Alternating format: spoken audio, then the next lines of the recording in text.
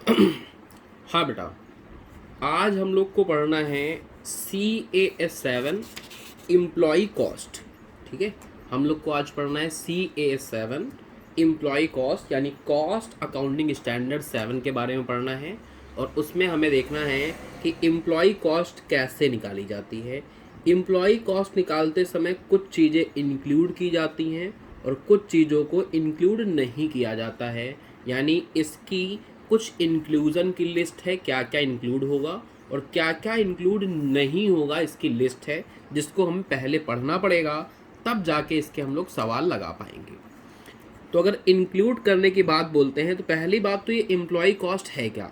Employ cost employer के angle से निकाली जाती है कि एक एम्प्लॉयर को अपने एम्प्लॉयज़ को रखने पे कितनी कॉस्ट बियर करनी पड़ती है, कितना पैसा उसके ऊपर खर्चा हो जाता है एम्प्लॉय को रखने की वजह से। तो क्या क्या दिया जाएगा इसमें। एम्प्लॉय को जो भी पेमेंट दी जा रही है, चाहे वो कैश में दी जा रही हो चाहे काइंड में, यानी अगर इनकम टैक्स की भाषा में बात करें तो चाहे उसको बेसिक सैलरी, डीए, अलाउंसेस जिनका पेमेंट कैश में होता है वो भी इसमें आएगा, और जो परक्यूजिट्स वगैरह हैं कि डायरेक्टली बेनिफिट दिए जाते हैं वो भी आएंगे।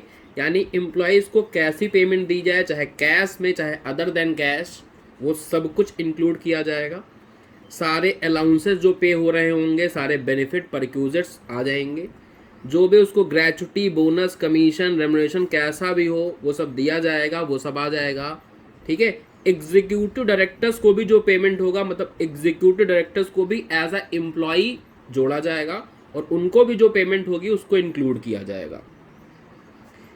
कौन से डायरेक्टर? एग्जीक्यूटिव डायरेक्टर्स का। जो नॉन एग्जीक्यूटिव डायरेक्टर्स होंगे उनका नहीं आएगा, इसका ध्यान रखना है। देखो यहाँ लिखा है एक्सक्लूजन में क्या है, नॉन एक्सक्लूसिव डायरेक्टर जो होंगे उनको हम लोग एक्सक्लूड करेंगे।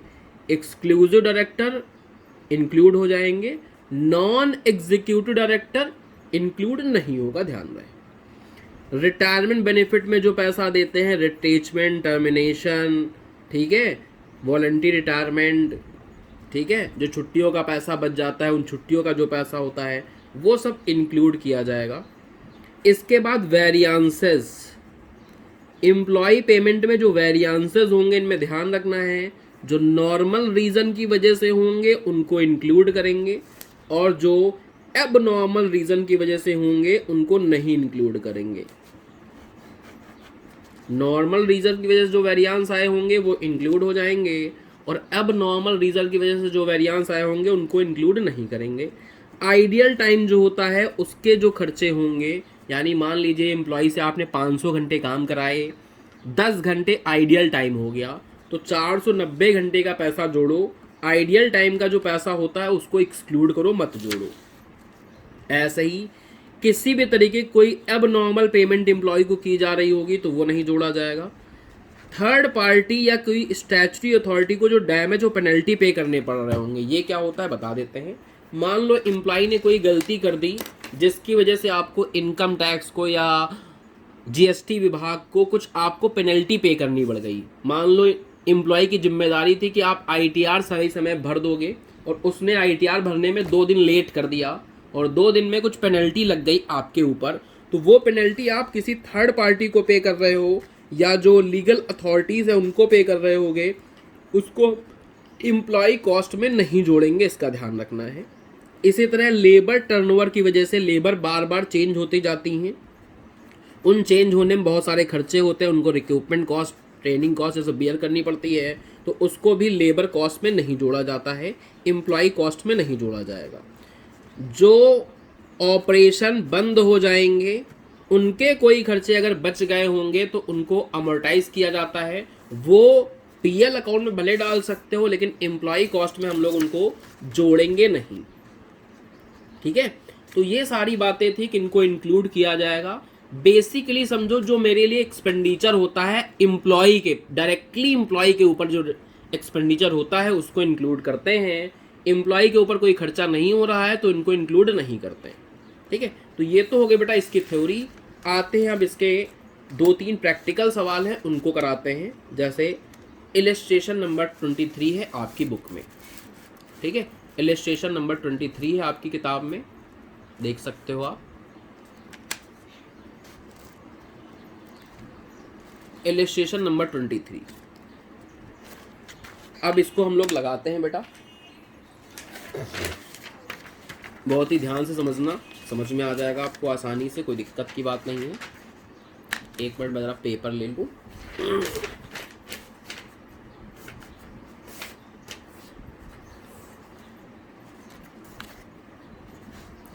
तो इस 23rd वाले क्वेश्चन को कैसे लगाना है, लेट्स सी। क्वेश्चन नंबर 23, ठीक है।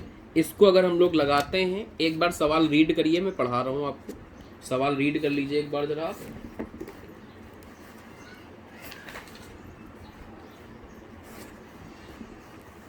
इस 23 वाले क्वेश्चन में, चलो सवाल पढ़ते पढ़ते ही लगा लेते हैं, कोई दिक्कत की बात नहीं है। बेसिक सैलरी आपने 5,000 पे की है तो वो एम्प्लॉय कॉस्ट में आ जाएगी। बेसिक सैलरी 5 लाख रुपए। एम्प्लॉय को रहने के लिए लीज रेंट पे कर रहे हो एकोमोडेशन का, तो वो आ जाएगा।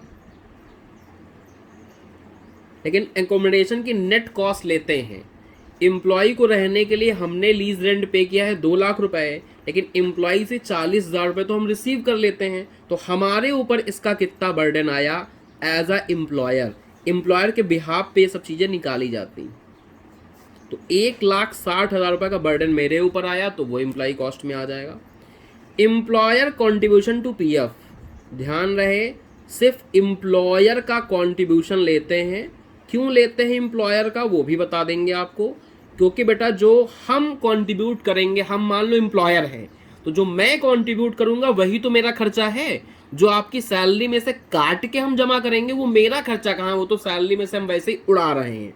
तो इसलिए एम्प्लॉय कंट्रीब्यूशन यहाँ नहीं आता है, एम्प्लॉयर का कंट्रीब्यूशन यहाँ पे आता है। मेडिकल खर्चे का रिइंबर्समेंट किया है, तो वो मेरा एक एक्सपेंडिचर है 67,000 का। एक और खर्चा है हॉस्पिटलाइजेशन का, जिसको एम्प्लॉयर ने बॉन्ड किया है 19,000 रुपये, वो भी आ जाएंगे आपके। फेस्टिव बोनस, बोनस देते हैं तो वो भी मेरा एक कॉस्ट है, लेकिन फेस्टिव एडवांस कॉस्ट नहीं है, क्योंकि एडवांस वो पैसा होता है जो मैं आज आपको पे कर रहा हूँ। जब भी मैं पढ़ाऊँ, मेरे का मतलब एम्प्लॉयर है इस क्लास में, तो मैं आपको अगर कोई पैसे पे कर रहा हूँ तो मैं हूँ एम्प्लॉयर। एडवांस देने का मतलब है कि आज आपको दिया है, कल आपकी सैलरी में से काट लेंगे, तो ये कोई खर्चा थोड़ी ना हुआ, ये तो एक टाइप का लोन है बेटा। तो इसलिए ये चीज़ भी अकाउंट के अंदर नहीं आएगी, और इन्हीं सब का सम कर देंगे तो इससे निकल जाएगी हमारी एम्प्लॉय कॉस्ट। इनका टोटल कर दें और हमारी एम्प्लॉय कॉस्ट आ जानी है बेटा, ठीक है। तो जब इनका आप टोटल करते हो तो आपको मिलता है, एक बार मैं टोटल कर देता हूं, ठीक है। 5 lakh rupees plus 1,60,000 plus 75,000 plus 67,000 plus 19,000 और प्लस 20,000, यानी इसका सम आ गया 8,41,000 रुपीज़। तो इस तरीके से बेटा हमारी इस सवाल में एम्प्लॉय कॉस्ट निकल गई, ठीक है। अब आते हैं नेक्स्ट क्वेश्चन पे, क्वेश्चन नंबर 24। तो ये है हमारा क्वेश्चन नंबर 24, आपकी स्क्रीन पे दिख रहा होगा, ठीक है। क्वेश्चन नंबर 24 कैसे लगाया जाएगा, एक बार सवाल रीड कर लीजिए, तुरंत करा देते हैं आपको ही।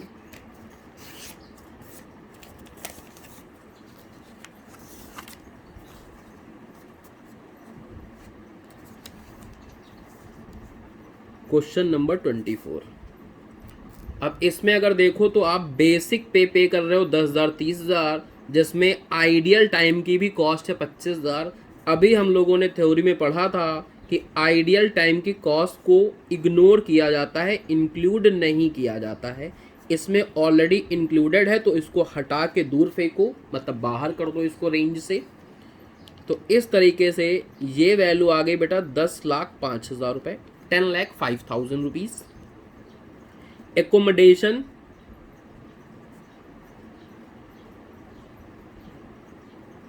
एकोमोडेशन का जो खर्चा है वो 1 लाख रुपए एकोमोडेशन का है, उसके मेंटेनेंस चार्जेस 90,000 रुपये है, म्यूनसिपल टैक्सेस 3 लाख रुपए 30,000 रुपये है। तो इन सबको ऐड करके लिखा जाएगा, सारे के सारे मेरे खर्चे हैं तो सबको ऐड करके लिखा जाएगा, और इस तरीके से इसकी वैल्यू आ रही है 1,93,000।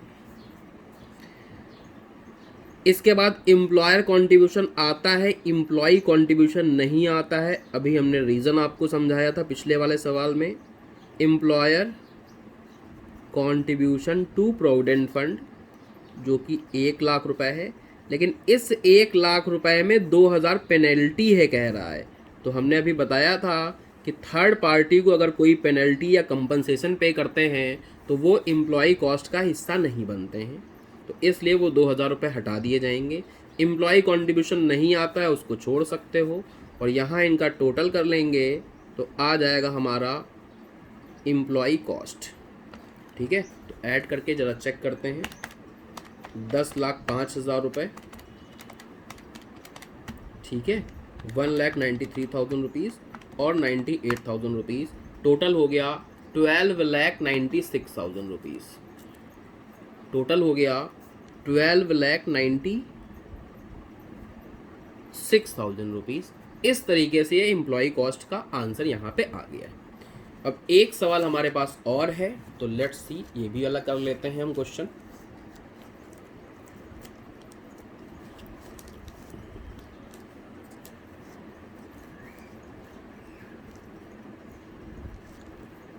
ठीक है, चलो क्वेश्चन निकालते हैं सीधा।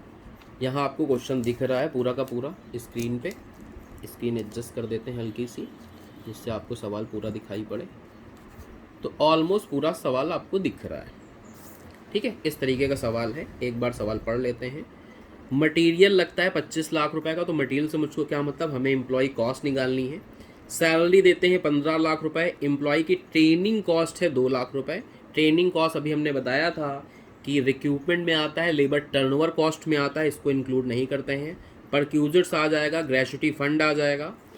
अगर गवर्नमेंट से कोई सब्सिडी मिलती है, ठीक है, अगर गवर्नमेंट से कोई सब्सिडी मिलती है तो वो सब्सिडी का अमाउंट इनकी कॉस्ट से कम कर दिया जाता है। ध्यान से समझो, अगर मान लीजिए मैंने कोई एम्प्लॉय रखे हैं और 4-5 उनको 10 लाख रुपए की साल भर में सैलरी देते हैं, और गवर्नमेंट किसी भी तरीके की हमको सब्सिडी देती है कि आप एम्प्लॉयमेंट बढ़ा रहे हो, लोगों को काम पे रख रहे हो, और उससे हमें गवर्नमेंट ने प्रभावित होके हमको क्या दे दिया बेटा, सब्सिडी दे दिया। तो उसी 10 लाख रुपए में से कुछ पैसा तो गवर्नमेंट ने कंट्रीब्यूट कर दिया है ना, तो इसलिए कोई सब्सिडी वगैरह अगर गवर्नमेंट से मिलती है तो वो लास्ट में एक्सक्लूड कर दी जाती है जब हम लोग एम्प्लॉय कॉस्ट निकालते हैं। ठीक है, जो भी आपकी सब्सिडी मिलेगी उसको हम लोग क्या कर देते हैं, एक्सक्लूड कर देते हैं एंड में। एकोमोडेशन का खर्चा 3 लाख रुपए पे किया है, बोनस है 50,000 रुपए, और अनअमोर्टाइज अमाउंट ऑफ एम्प्लॉय कॉस्ट जिसको डिसकंटिन्यू कर दिया है, ये भी एक्सक्लूजन में था, इसको भी इंक्लूड नहीं किया जाता है। अभी हम लोगों ने थ्योरी में पढ़ा था।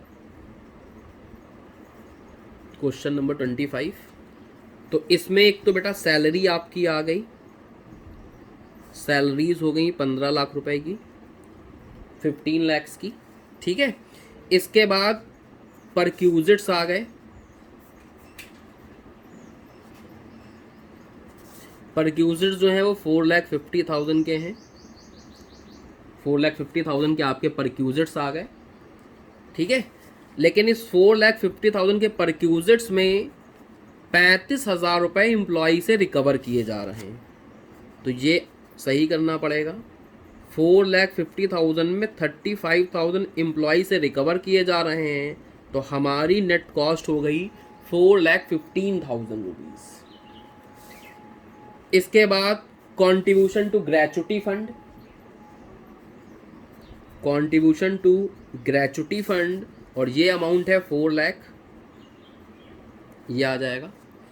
इसके बाद बेटा एकोमोडेशन का खर्चा है,